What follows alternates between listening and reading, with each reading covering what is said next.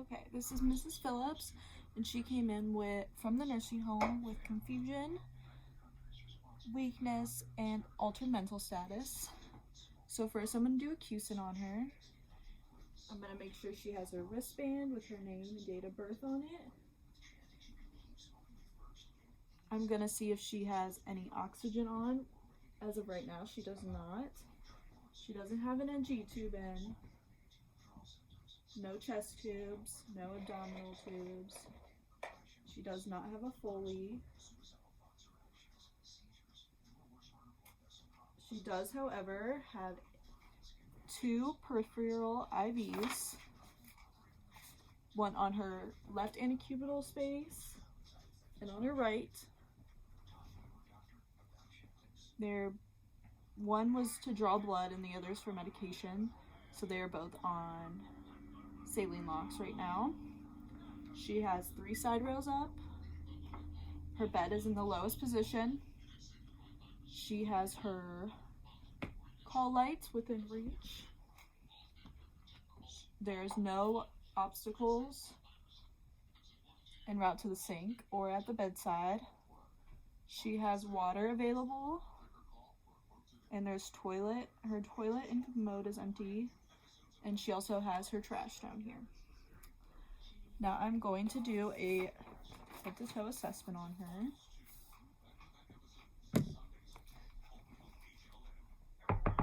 Hi, Mrs. Phillips. My name is Grace. I'm going to be your nurse today, and I'm going to do a quick head-to-toe assessment on you. I'm going to wash my hands, apply gloves, and I'm going to get vital signs.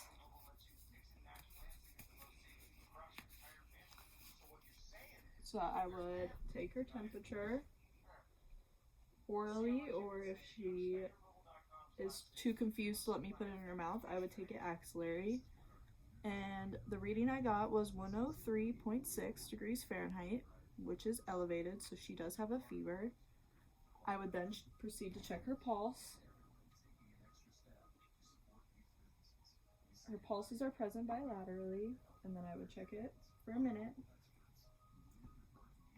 And it is 122. It's very weak but rapid. And then I would check her respirations.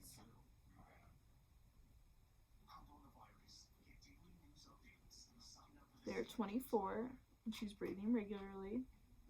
I would then take her blood pressure on her left arm lying.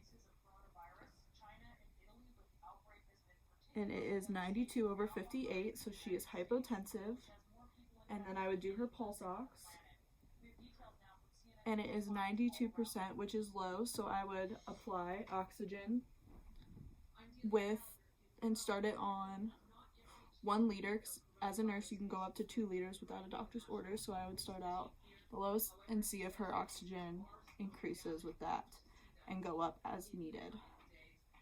Now I'm going to check her skin everywhere. In her arms, there's no puffiness. She is pink, warm and dry. I'm going to check her skin turgor, and it is poor. So I would say she is dehydrated. And are you having any pain anywhere? And she is unable to respond because she is too confused. Can you tell me your name? Okay, she knows her name is Mrs. Phillips. Do you know where you're at? No? Okay. Can you tell me the date? No, she doesn't know the date and time, so she's oriented ×1. Can you move your fingers for me? She can move her fingers somewhat. She's a little weak. I would check her cap refill in her fingers. Less than 3 seconds.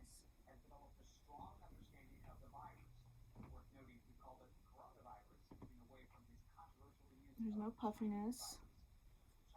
She can't answer if she's having any numbness or tingling. And then I'm going to check her pupils. Can you look straight ahead for me? Okay. And since the doctor is suspecting a stroke, I would check her facial symmetry and it seems all to be symmetrical, and she's able to move her arms, just some weakness. Now I'm going to listen to her lung sounds.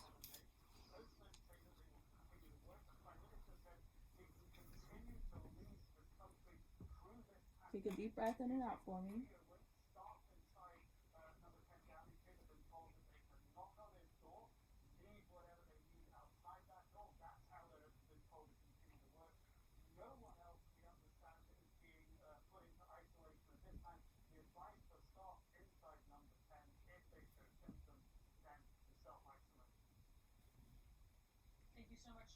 Her lung sounds are clear to listening. She hasn't had a cough the whole time I've been assessing her. And I'm going to check her chest symmetry. I would ask her to sit up for me and take a deep breath in and check it by this. And it is symmetrical. And then I'm going to check her apical pulse. I would count for a full minute.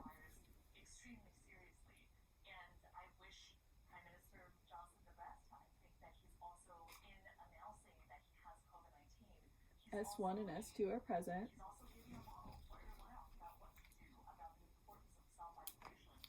She has no JVD lying down, and I would sit her head of her bed up and check her JVD again, and there's none noted.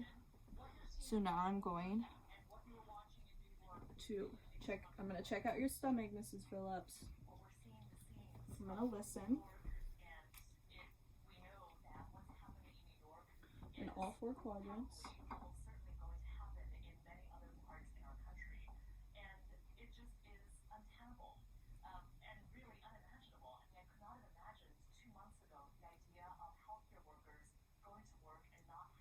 Her stomach is flat and soft.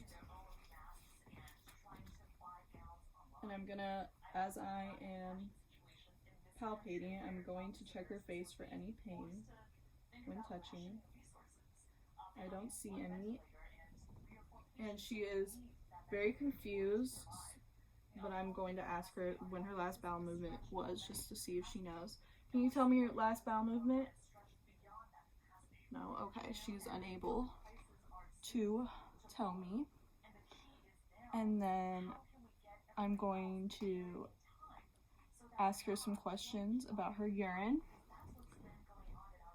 As right now I see that she urinated, and it is a very foul, sour odor. Are you having any frequency or burning when peeing? Okay, she says yes. So I would let the healthcare provider know as soon as possible. And I'm going to check out her IVs. There's no redness. There's no redness, no swelling in both peripheral IVs. And now I'm going to check out her feet. Can you push against my feet? Okay. Can you pull back? There's no puffiness. Are you having any numbness or tingling in your feet? Okay. She's unable to respond. And I'm going to check her cap refill. Can you move your toes for me? There's movement in her toes. Her cap refill is less than 3 seconds.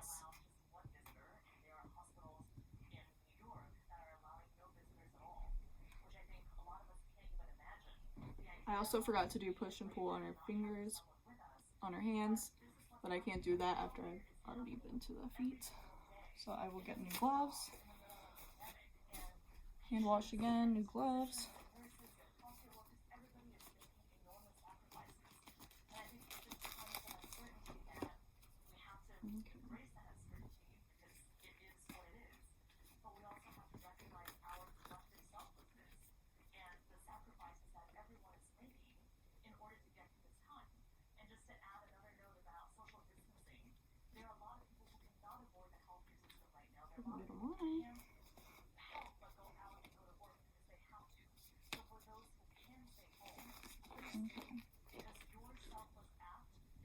Can you squeeze my fingers for me? Okay, thank you. Can you push against my hands? All right, what about pull back? All right, so she's able to do that. And since she is very hypotensive and she has poor skin turgor and she has foul, sour odor of urine, I would provide fluids, stat, due to her dehydration, and request antibiotics from the pharmacy. I would then need to obtain a urine culture and perform a urinary analysis to confirm a UTI and what microorganism is causing the infection. I would then report off to the nurse her current status on how her mental status has gotten better since providing antibiotics and fluids, and I would let her know her latest vital signs, her latest assessment, and what the doctor wants as of right now. I would explain how the doctor wants her oxygen level to be greater than 92%, so she's on 1 liter of oxygen nasal cannula right now. I added that, and her blood pressure is going up due to the fluids, and then yeah, that's what I would update her on.